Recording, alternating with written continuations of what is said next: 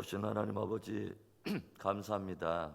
복되고 아름다운 귀한 새벽을 우리에게 허락하여 주시고 하나님 주님께서 생명의 한날을 우리에게 선물로 주심을 감사합니다. 오늘도 진리의 빛 가운데 우리를 붙들어 주시고 해가 맞도록 주님을 찬양하며 감사하며 승리하는 복된 하루 되도록 축복하시옵소서. 새벽 나누는 말씀에 주 은혜 함께하기를 간절히 구할 때에 주 예수 그리스도의 이름으로 감사하며 기도합니다. 아멘. 우리 마태복음 22장 15절부터 22절을 보겠습니다. 우리 천천히 우리 한 목소리로 읽어보겠습니다. 이에 바리새인들이 가서 어떻게 하면 예수를 말의 올무에 걸리게 할까 상의하고 자기 제자들을 헤롯 당원들과 함께 예수께 보내어 말하되 선생님이여 우리가 아노니 당신은 참되시고 진리로 하나님의 도를 가르치시며 아무도 꺼리끼는 일이 없으시니 이는 사람을 외모로 보지 아니하심이니이다. 그러면 당신의 생각에는 어떠한지 우리에게 이르소서. 가이사에게 세금을 바치는 것이 옳으니까 옳지 아니하니까 하니 예수께서 그들의 악함을 아시고 이르시되 외식하는 자들아 어찌하여 나를 시험하느냐. 세금 낼 돈을 내게 보이라 하시니 데나리온 하나를 가져왔거늘 예수께서 말씀하시되 이 형상과 이 글이 누구의 것이냐. 이르되 가이사의 것이니이다. 이에 이르시되 그런즉 가이사의 것은 가이사에게 하나님의 것은 하나님께 바치라 하시니 그들이 이 말씀을 듣고 놀랍게 여겨 예수를 떠나가니라. 아멘. 예수님의 공생애 동안에 늘 적대적인 관계 속에서 예수님을 올무잡아 붙잡으려고 했던 대표적인 세력이 둘이 있는데 하나는 바리새인들이요 하나는 사두개인들이었습니다. 바리새인들은 구별된 자들이라고 하는 그런 뜻으로 유대 사회에서 신앙적으로 매우 영향력 있고 존경받는 집단이었어요. 저들은 민족주의가 강하고 또 율법을 엄하게 지켰으며 경건한 삶의 방식을 유지하고 있었기 때문에 많은 유대인들로부터 전적인 신뢰를 받고 있었습니다. 반면에 사두개인들은 로마의 후원을 받아서 집권하게 된 헤롯을 지지하는 세력으로 자연스럽게 저들은 로마의 통치편에 서 있었습니다. 그래서 사실 엄밀하게 따져본다면 이 바리새인들과 또 사두개인들은 서로 전혀 어울릴 수 없는 세력이었던 거죠. 그런데 바로 그 두 세력이 유일하게 힘을 합하여 행한 일이 뭐냐면 예수님을 올무놓아서 붙잡으려고 하는 일이었습니다. 자신들의 기득권을 지키고 또 유익을 위해서는 언제든지 적과의 동침도 꺼리낌이 없는 악한 외식의 한 단면을 우리에게 보여주고 있는 거죠. 오늘 말씀을 보면 바리새인들과 사두개인들이 힘을 모아서 예수님을 함정에 빠뜨리고 그렇게 의도하고 모의하며 찾아옵니다. 그러나 주님은 흔들림 없이 담대하게 저들을 교훈하며 도전하는 것을 우리가 보게 되죠. 오늘의 말씀을 통해서 우리가 배우게 되는 교훈이 있다면 무엇일까요? 첫째로는 외식하지 말고 진리편에 굳게 서라는 것입니다. 예수님을 말의 올무에 빠뜨리려고 바리새인들과 사두개인들이 찾아와서 사탕발림처럼 예수님을 축여 세우며 하는 말이 무엇입니까? 선생님이여 우리가 아노니 당신은 참되시고 진리로 하나님의 도를 가르치시며 아무도 꺼리끼는 일이 없으시니 이는 사람을 외모로 보지 아니하심이니이다. 저들은 지금 본론에 들어가기 전에 예수님으로 하여금 자기들이 가져온 그 문제를 회피하지 못하고 대답하게 하려고 먼저 예수님을 축혀 세움으로 복선을 깔고 있는 것입니다. 선생님이여 당신처럼 참되신 분을 본 적이 없습니다. 당신이야말로 진리로 하나님의 도를 전하시는 분이 아니십니까? 우리는 당신이 아무도 꺼리끼지 않고 담대하게 진리의 도를 가르치고 선포하는 것을 알고 있습니다. 그것은 선생님이 외모로 사람을 보지 않고 그렇게 강직한 분이기 때문이 아니겠습니까? 이때 이 말을 들은 주님의 반응이 무엇입니까? 18절의 말씀 예수께서 그들의 악함을 아시고 이르시되 외식하는 자들아 어찌하여 나를 시험하느냐. 예수님께서는 금세 저들의 악함을 간파하시고 저들을 책망하시면서 꾸짖으십니다. 외식하는 자들아 왜 너희들이 나를 시험하느냐. 외식한다라고 하는 휘포크리테스라고 하는 단어는 영국 배우가 무대 위에서 연기를 하듯이 본래 실제의 자기의 모습을 감추고 전혀 다른 말과 행동을 하는 것을 의미하는 단어죠. 저들의 이중적인 외식이 무엇입니까?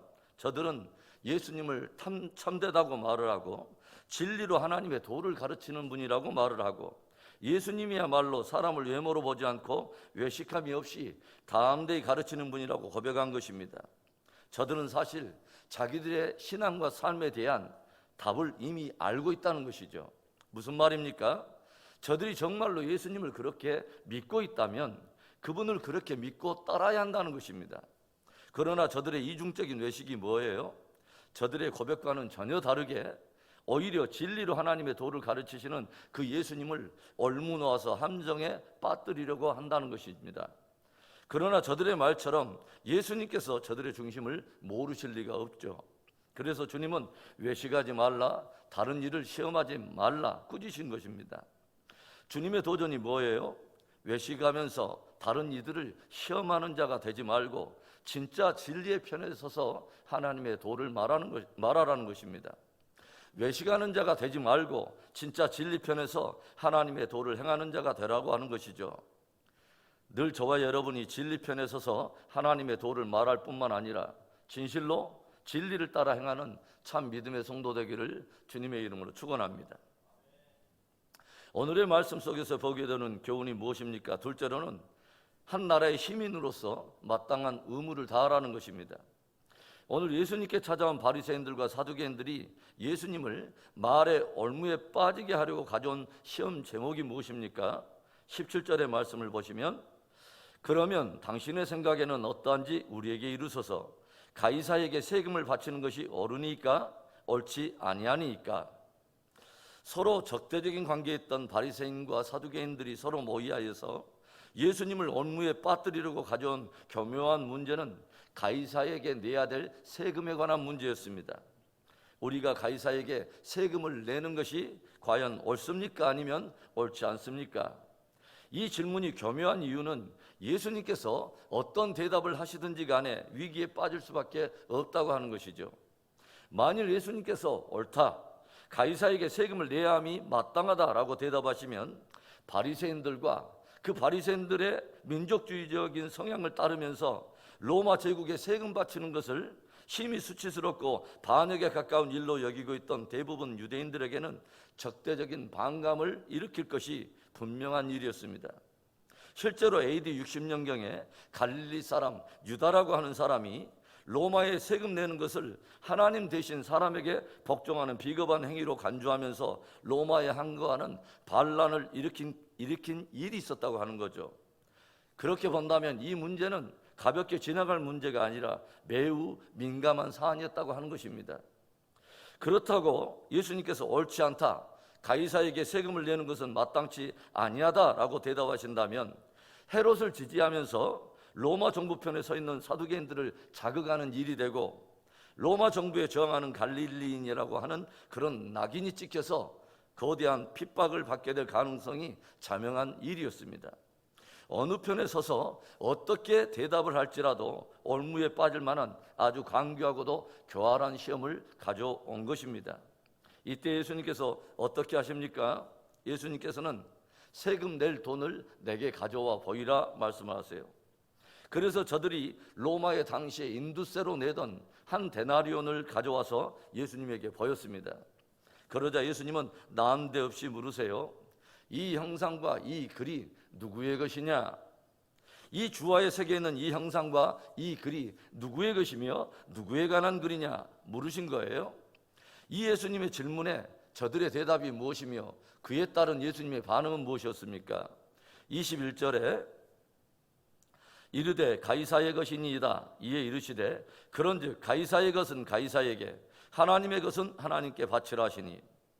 주화에 새겨진 형상과 그 글이 누구의 것인가를 물으실 때에 저들이 가이사의 것입니다 라고 대답을 하자 주님께서 하신 말씀이 뭐냐면 그렇다면 가이사의 것은 가이사에게 바치라 말씀하신 거예요. 여기에서 누구에게 바치다 라고 하는 이 표현의 원어적인 의미는 그 누군가의 소유를 마땅히 그 귀속된 자의 바로 그 사람에게 돌린다, 마땅히 그에게 환원한다, 갚다라고 하는 뜻을 가지고 있습니다.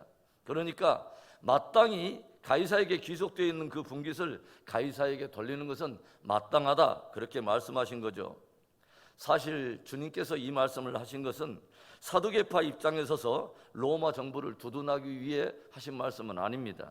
주님은 하나님의 성도들이 그들이 어떤 나라에 속해 있든지 간에 그 귀속되어 있는 나라의 시민으로서 해야 할 의무를 마땅히 함이 옳다고 하는 것을 가르치신 것입니다. 사도 바울은 성도는 세상 정부의 권세 또한 하나님께로부터 난 것임을 그렇게 거론하면서 성도는 마땅히 양심을 따라 국세 받을 자에게 국세를, 또 조세 받을 자에게 조세를 받지므로 국민과 시민의 본분을 다하며 또한 위에 세운 권세를 위해 기도할 것을 가르치고 있습니다. 우리는 나라의 위정자들이 하나님의 공의를 실현해 내도록, 또 그 공의를 정치에 담아내도록 그렇게 기도할 뿐만 아니라 그 안에서 우리에게 부여되어 있는 시민으로서의 사회적 의무를 충실히 행함으로 믿지 않는 세상에 덕과 빛이 되어야 할 줄로 믿습니다. 오늘의 말씀 속에서 배우게 되는 교훈 마지막 세 번째, 하나님 나라의 시민으로서 충성을 다하라고 하는 것입니다. 예수님께서는 주와의 새겨진 형상이 가이사의 것임을 듣고서 가이사의 것은 가이사에게 바치라 말씀하시죠. 그리고 주님이 덧붙여 맺으시는 결론은 하나님의 것은 하나님께 바치라 하는 말씀이었습니다.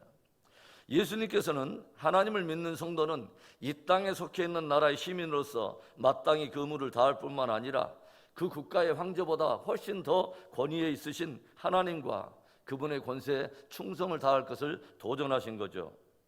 동전과 주화에 가이사의 형상이 새겨진 것을 보고 가이사의 것은 가이사에게 드리는 것이 옳다라고 하셨다면 하나님의 형상과 모양이 그 안에 새겨져 있는 하나님의 성도들은 누구에게 마땅히 드려져야 한다는 말입니까?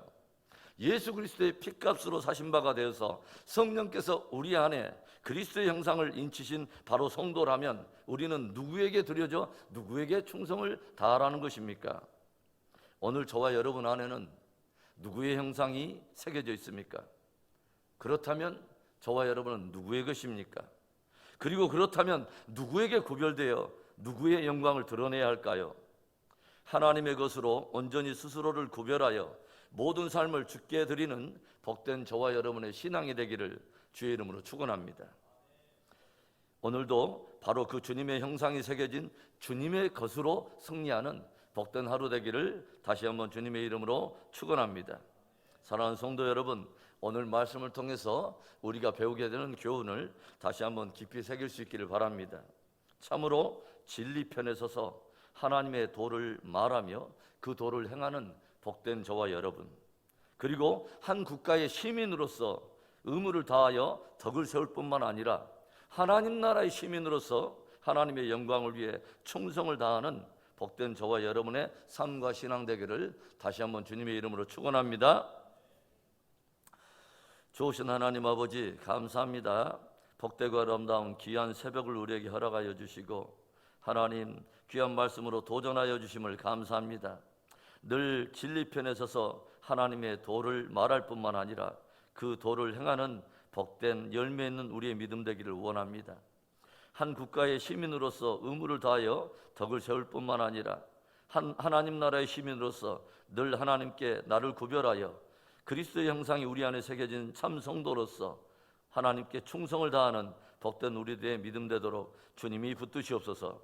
역사하실 우리 하나님을 찬송하고 주 예수 그리스도의 이름으로 감사하며 기도합니다. 아멘. 하늘에 계신 우리 아버지여, 이름이 거룩히 여김을 받으시오며 나라에 임하옵시며 뜻이 하늘에서 이루어진 것 같이 땅에서도 이루어지이다. 오늘날 우리에게 일용할 양식을 주시옵고 우리가 우리에게 죄 지은 자를 사하여 준 것 같이 우리 죄를 사하여 주시옵고 우리를 시험에 들게 하지 마시옵고 다만 악에서 구하옵소서. 대개 나라와 권세와 영광이 아버지께 영원히 있사옵나이다. 아멘.